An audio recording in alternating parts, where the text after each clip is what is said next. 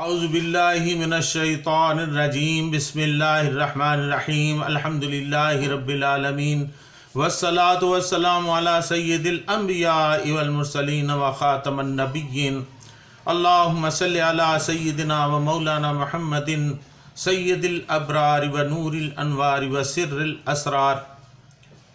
معزز ناظرین السلام علیکم ورحمۃ اللہ وبرکاتہ۔ جاذب پبلیکیشنز میں خوش آمدید۔ میں محمد سعید جاذب آپ کی خدمت میں حاضر ہوں۔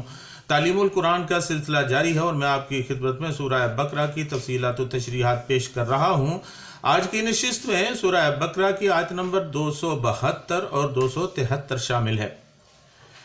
ارشاد باری تعالی ہے لیس علیک ھداھم ولکن اللہ یہدی من یشاء وما تنفقوا من خیر فلانفسکم وما تنفقون الا ابتغاء وجہ اللہ وما تنفقوا من خیر یوفی الیکم وانتم لا تظلمون للفقراء الذین احصروا فی سبیل اللہ لا یستطیعون ضربا فی الارض یحسبهم الجاہل اغنیاء من التعفف تعرفهم بسیماہم لا یسألون الناس الحافا وما تنفقوا من خیر فإن اللہ بہ علیم۔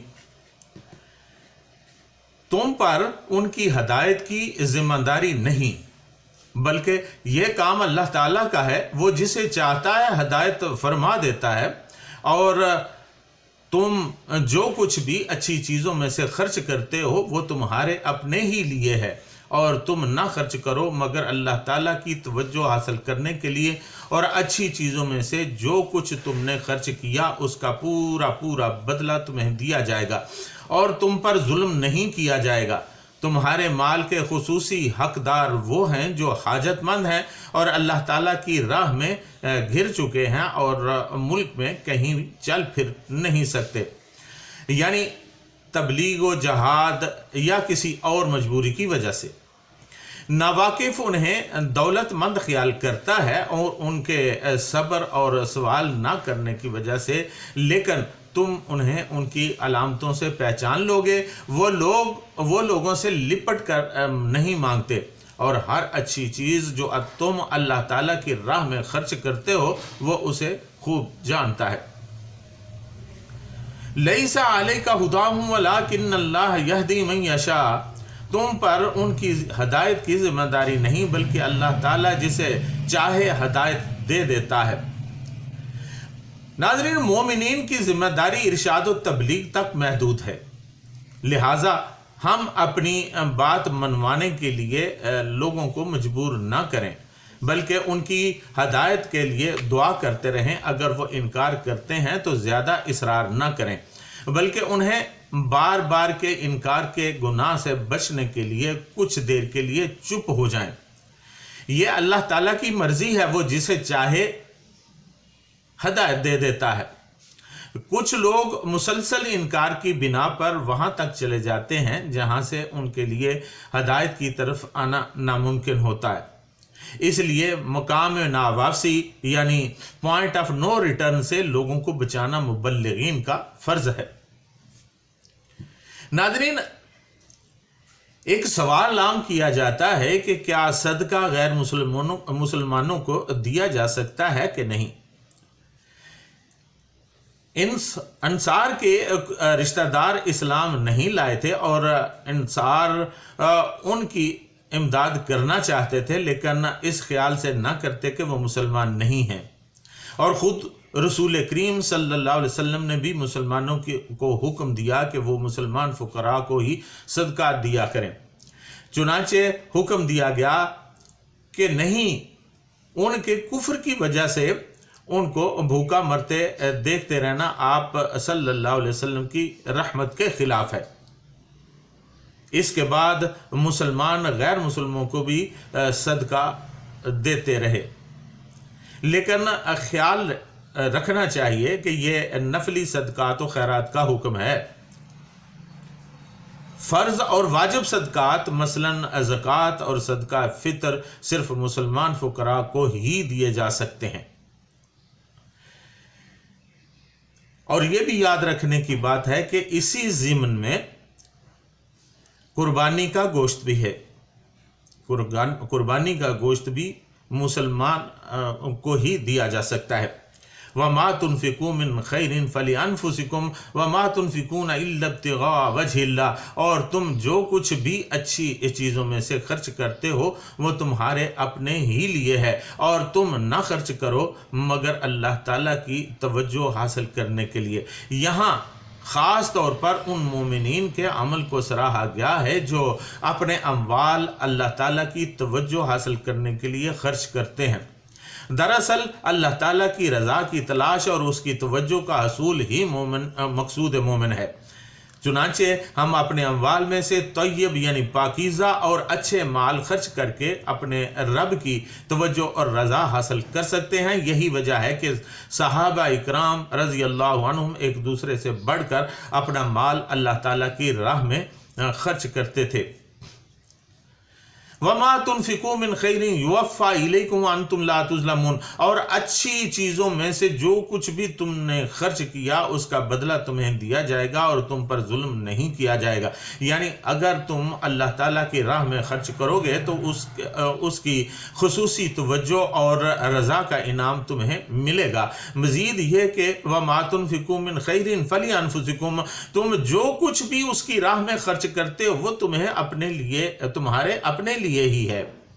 और दूसरा इनाम यह है कि वमा तुनफिकू मिन खैरिन युवफ़ा इलैकुम, और अच्छी चीज़ों के खर्च करने का तुम्हें बदला दिया जाएगा। और आखिर में ये यकीन दिलाया जा रहा है कि अंतुम ला तुज़लमून, माल मांग कर तुम पर जुल्म नहीं किया जा रहा बल्कि इससे 700 गुना तुम्हें मिलेगा। और खुफिया सदकात की फजीलत की बिना पर गुनाहों की पर्दा पोशी भी की जाएगी, और ये भी कि अल्लाह ताला किसी की कुर्बानी को भूलने वाला नहीं है।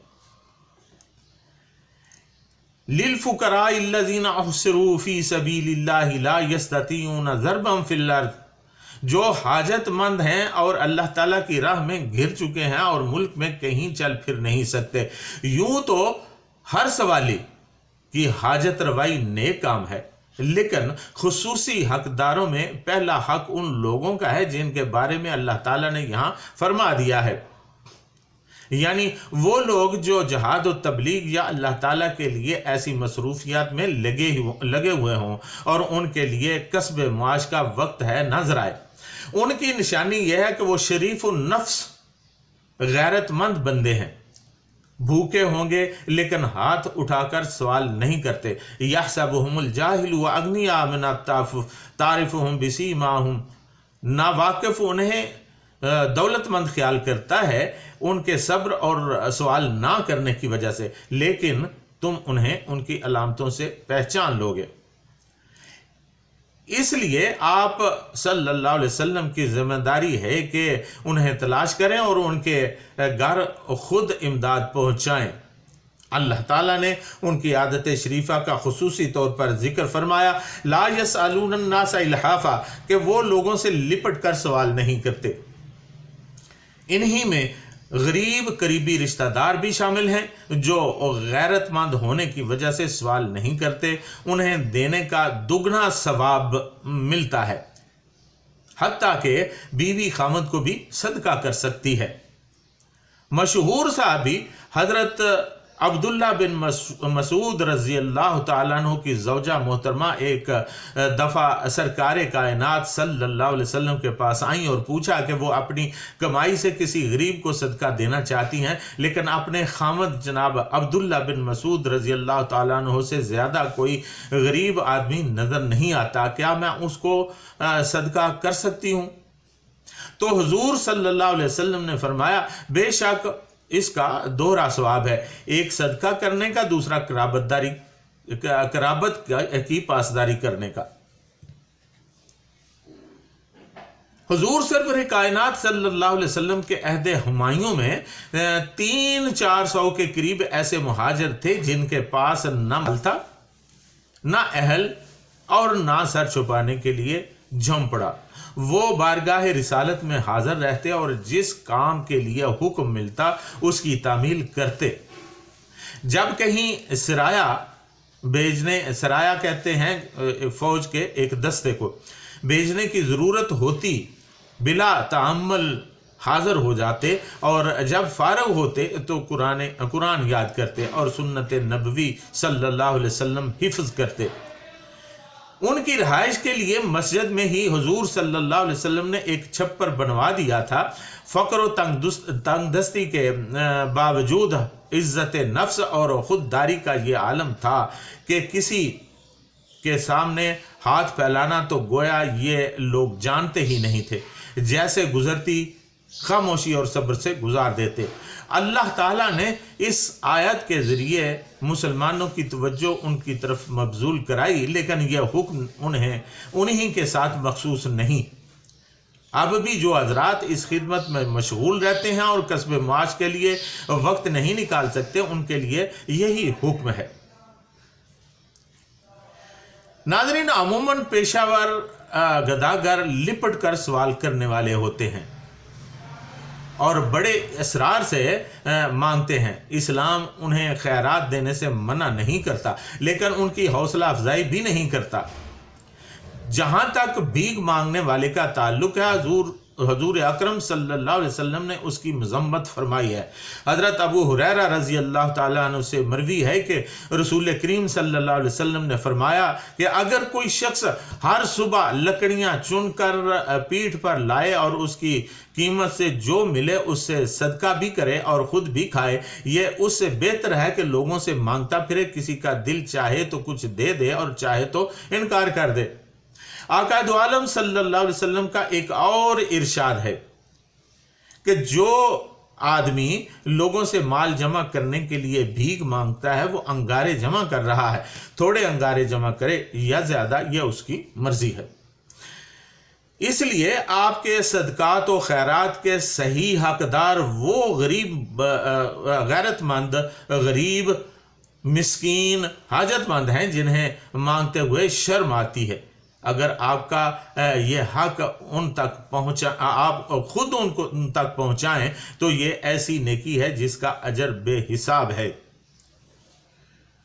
नाज़रीन, इस दुआ के साथ कि अल्लाह ताला हमें ऐसे ही नेक काम करने की तौफीक अता फरमाए, अपनी राह में सदका व खैरात करने की तौफीक अता फरमाए। इसके साथ ही आज की नशिस्त में इजाज़त। वमा अलैना इल्लल बलागुल मुबीन।